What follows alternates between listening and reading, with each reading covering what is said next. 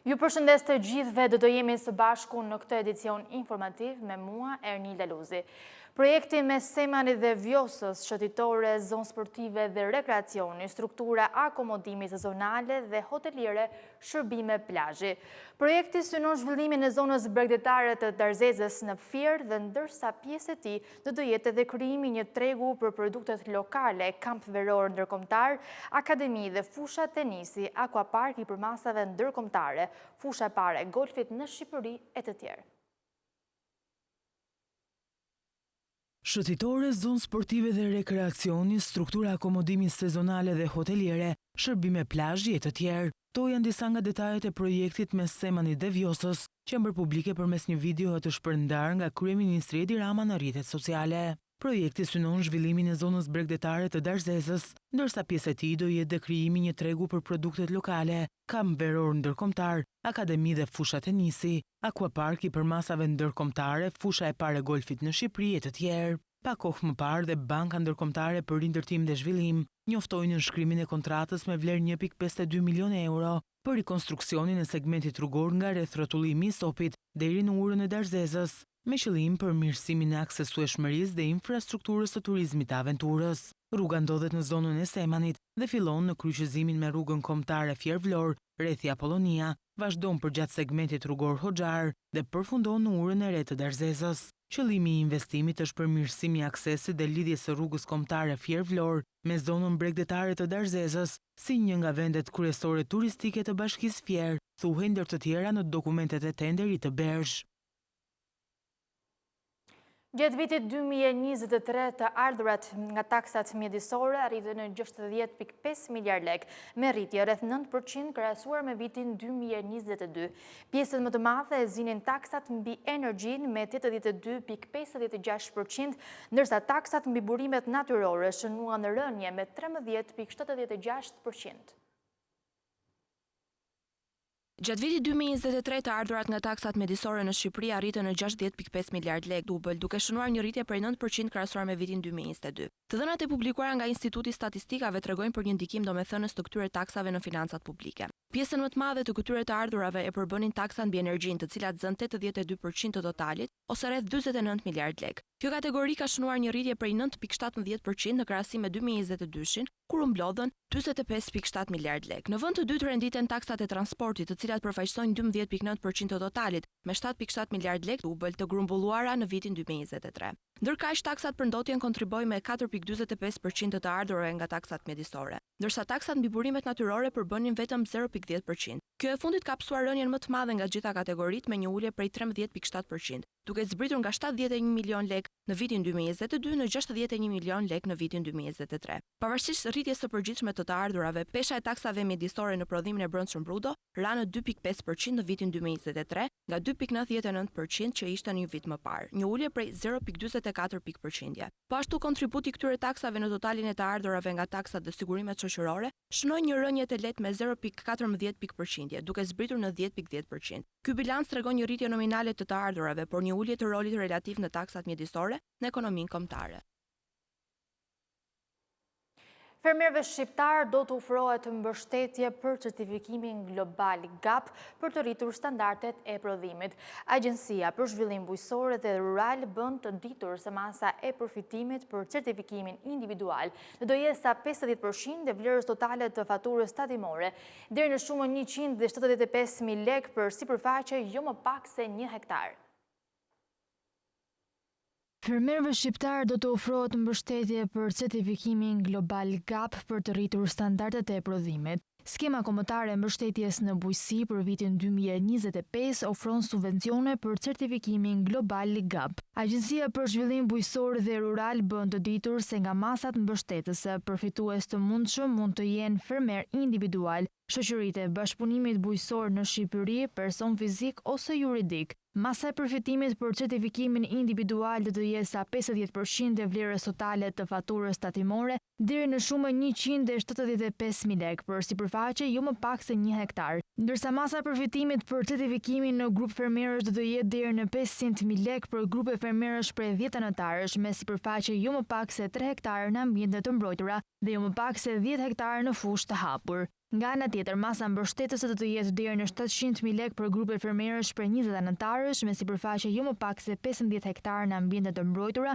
dhe jo më pak se 30 hektarë në fushë të hapur. Thirrja për aplikime në 8 masat mbështetëse të skemës kombëtare në bujqësi 2025 vijon të jetë e hapur deri më 30 maj. Ndërkohë, AZBR-ja bën të ditur se për fermat e certifikuara organike, vlera e mbështetjes është 200.000 lekë. Fermat organike për vitin e parë përfitojnë financim në vlerën 100.000 lekë, në vitin e dytë 150.000 lekë dhe 200.000 lekë për fermë të certifikuar. Fermat organike janë të certifikuara me Global Gap dhe operojnë në sektorin e prodhimit të mjaltit, perimeve, bimëve mjekësore e të tjerë. Bujqësia organike në Shqipëri po zhvillohet gjithmonë më tepër, duke sjellë produkte cilësore në treg.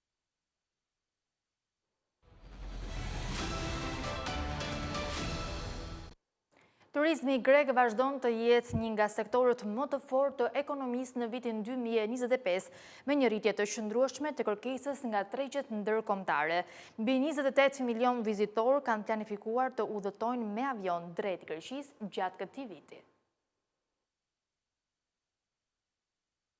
Turizmi grek vazhdon të jetë dominant në vitin 2025. Planifikimi për sezonin veror të vitit 2025 pasyron një strukturë të qëndrueshme të kërkesës me interesin për Greqinë që mbetet i fortë nga tregjet kryesore evropiane, ndërsa vrulli i SBA-s, lindjes së mesme dhe Evropës juglindore vazhdon të forcohet. Turizmi në Greqi mbetet i fortë siç tregohet nga oraret e linjave ajrore. Për sezonin veror të vitit 2025 janë planifikuar 28.2 milion vende ajrore në fluturime ndërkombëtare drejt vendit, një rritje prej 4.6% krahasuar me vitin 2024. Burimet zyrtare greke thanë se vendosja e tarifave do të rrjedhë inflacionin dhe do të ulë të ardhurat e disponueshme të amerikanëve, duke rezultuar në një ulje të shpenzimeve të tyre. Megjithatë, sa i përket Evropës, ata shprehen optimizmin dhe theksuan se nuk do të ketë ndonjë efekt të drejtpërdrejtë në Greqi. Sipas tyre, turizmi është një nga sektorët kryesorë të ekonomisë dhe duhet ta mbajnë cilësinë të lartë në mënyrë që turistët të zgjedhin tokën helene. Analiza e Institutit të Shoqatës Ndërmarrjeve Greke të Turizmit tregon se Mbretëria e Bashkuar mbetet tregu më i madh për Greqinë me 5.6 milion vende plus 2.2% krahasuar me vitin e kaluar, që përfaqësojnë 20% të totalit, e ndikur nga Gjermania me 4.7 milion vende plus 2.5% dhe një pjesë tregu për 17%. E treta është Italia me 2.5 milion vende plus 3.9% dhe një pjesë tregu për 9%, duke konfirmuar trendin e qëndrueshëm në rritje të viteve të fundit. Nga tregjet kryesore për turizmin hyrës, rritja më e madhe plus 18.6% u regjistrua nga SBA-ja me 727.000 persona që udhëtuan me avion. Ndër rritjet e ndjeshme,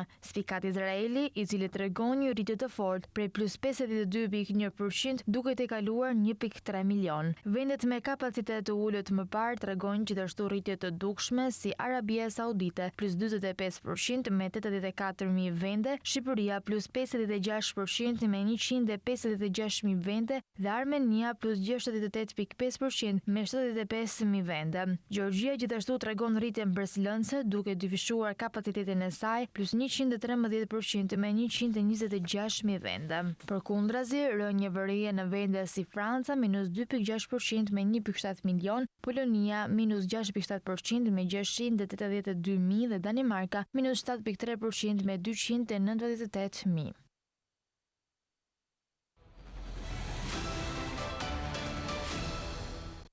Shitjet e makinave të reja në Evropë u rritën me 2.8% në mars, të nxitura nga kërkesa për automjete elektrike. Këto vetura përbonin mbi gjysmën e regjistrimeve të reja në Bashkimin Evropian. Shitjet e makinave të reja në Europë u rritën me 2.8% në mars, të nxitura nga rritje dyshifrore në Britani dhe Spanjë. Të dhënat e industrisë treguan se një rritje në regjistrimet e automjeteve elektrike gjatë muajit kompensuan rënien e shitjeve të makinave me benzinë dhe naftë. Shitjet e makinave plotësisht elektrike u rritën me 23.6% në muaj, treguan të dhënat nga Shoqata Europiane për prodhuesve të automobilave, ndërsa luftojnë për të ulur kostot e larta në tregjet vendase dhe konkurrencën nga Kina. Prodhuesit europian të makinave tani po përballen me efektet e tarifave prej 25% të presidentit Donald Trump mbi importet automjeteve, duke errësuar perspektivën për industrinë. Taksa për 145% e Trump mbi importet kineze dhe tarifa akmarrëse të Pekinit kanë ulur gjithashtu parashikimet e rritjes globale, duke i vendosur kompanitë automobilave përballë rreziqeve të reja. Shitjet e marsit në Bashkimin Evropian, Britani dhe Shoqatën Evropiane të Tregtisë së Lirë EFTA u rritën në 1.42 milion makina pasi ran për 2 muaj. Regjistrimet e Volkswagen dhe Renault u rritën me 10.3 dhe 13% përkatësisht, ndërsa të Stellantis ran me 5%. Shitjet e Tesla ran për të tretin muaj radhazi me 28.2% në bazë vjetore, ndërsa pjesa e saj në tregun total u tkur në 2% nga 2.9% të një viti më parë. Në Bashkimin Evropian, shitjet totale të makinave u reduktuan me 0.2% në bazë vjetore, duke rënë për të tretin muaj radhazi, edhe pse regjistrimet e makinave elektrike me bateri dhe hibride u rritën me 17.1 dhe 23.9% përkatësisht. Automjetet elektrike të shitura brenda blogut përbonin 59.2% të regjistrimit të makinave të pasagjerëve në mars, nga 49.1% në vitin e kaluar. Ndër tregjet më të mëdha të Bashkimit Evropian, shitjet në Spanjë dhe Itali u rritën me 23.2 dhe 6.3% përkatësisht, ndërsa në Francë dhe Gjermani ato ranë me 14.5 dhe 3.9%. Në Britani regjistrimet e reja u rritën me 12.4%. Ekspertët e tregut thonë se një interes në rritje për makinat elektrike në Europë, tregu i dytë më i madh i automjeteve elektrike në botë, vjen kryesisht për shkak të objektivave të reja të Bashkimit Evropian për emetimin dhe lançimin e modeleve elektrike më të lira, megjithëse bloku kohët e fundit ka propozuar zbutjen e objektivave. Prodhimi i energjisë diellore në Evropë u rrit me mbi 30% në 3 muajin e parë të vitit 2025. Kjo rritje pritet të zgjerohet gjatë muajve të verës, duke sjellë një rekord të ri vjetor për energjinë diellore në kontinent.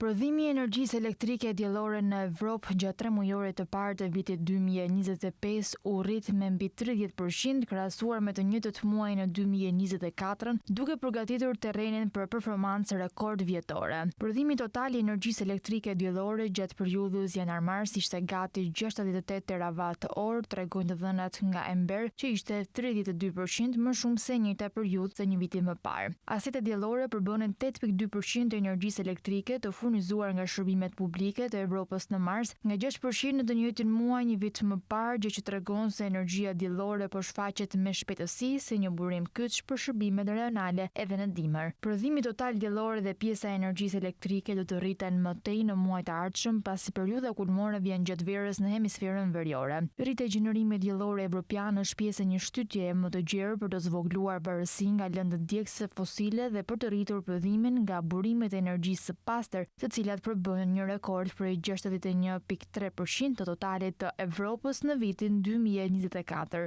Gjatë 3 muajorit të parë të vitit 2025, pjesa e pastër e prodhimit të Evropës ra në 57% për shkak të shpejtësisë së ulët të erës në nivelin e turbinave, gjë që shkaktoi një rënje prej 15% të prodhimit të energjisë së erës në raport me të njëjtin 3 muajor në vitin 2024. Meqense parqet eolike janë burimi i tretë më i madh i energjisë së pastër në Evropë pas centraleve bërthamore dhe digave hidroelektrike, kompanitë u detyruan të rrisin prodhimin nga termocentralet me gaz dhe qymyr deri më tani këtë vit për të balancuar nevojat e sistemit. Megjithatë, duke ecur përpara, pjesa e energjisë së pastër në përzierjen e përgjithshme të gjenerimit do të rikuperohet, ndërsa prodhimi nga termocentralet me lëndë djegëse fosile do të tkurret për shkak të kërkesës së reduktuar për ngrohje. Deri rreth vitit 2010, Gjermania dhe Spanja përbënin mbi 80% të gjithë kapacitetit diellor të Evropës, por për shkak të rënies së ndjeshme të kostove dhe rritjes së niveleve të efikasitetit, disa vende të tjera e kanë rritur me shpejtësi kapacitetin e tyre diellor gjatë dekadës së fundit. Gjatë 3 muajorit të parë të vitit 2025, disa vende shënuan rritjen më të madhe në prodhimin diellor në raport me mesataren rajonale, duke përfshirë Turqinë plus 54%, Hollandën plus 63%, Poloninë plus 44% dhe Zvicrën plus 43%, krahasuar me 3 muajorin e parë të vitit 2024. Për më tepër, Gjermania, Greqia dhe Hollanda dhe Spanja regjistruan mbi 10% të energjisë së tyre elektrike nga dielli në 3 mujorin e parë të vitit, duke treguar se sa e rëndësishme po bëhet energjia diellore në Evropë. Këto nivele pritet të dyfishohen gjatë muajve të ardhshëm, ndërsa rrezatimi diellor arrin kulmin dhe orët e ditës zjaten gjatë verës. Greqia, Gjermania, Hollanda, Portugalia dhe Spanja parashikohen të gjenerojnë mbi 25% të totalit të tyre nga energjia diellore gjatë qershorit, korrigut dhe gushtit. Kjo do të ndihmojë në rritjen e mesatarës për Evropën në tërësi në rreth 14% gjatë këtyre muajve. Kemi mbërritur në fund të këtij edicioni informativ. Për më tepër informacione mund të klikoni në faqen tonë të internetit skantv.al, ku mund të gjeni gjithçka mbi ekonominë, bankat, sigurimet, tregjet financiare e të tjerë. Gjithashtu mund të na ndiqni edhe në rrjetet sociale si Facebook, Instagram, YouTube dhe LinkedIn. Faleminderit për vëmendjen, bashkë mirupafshim.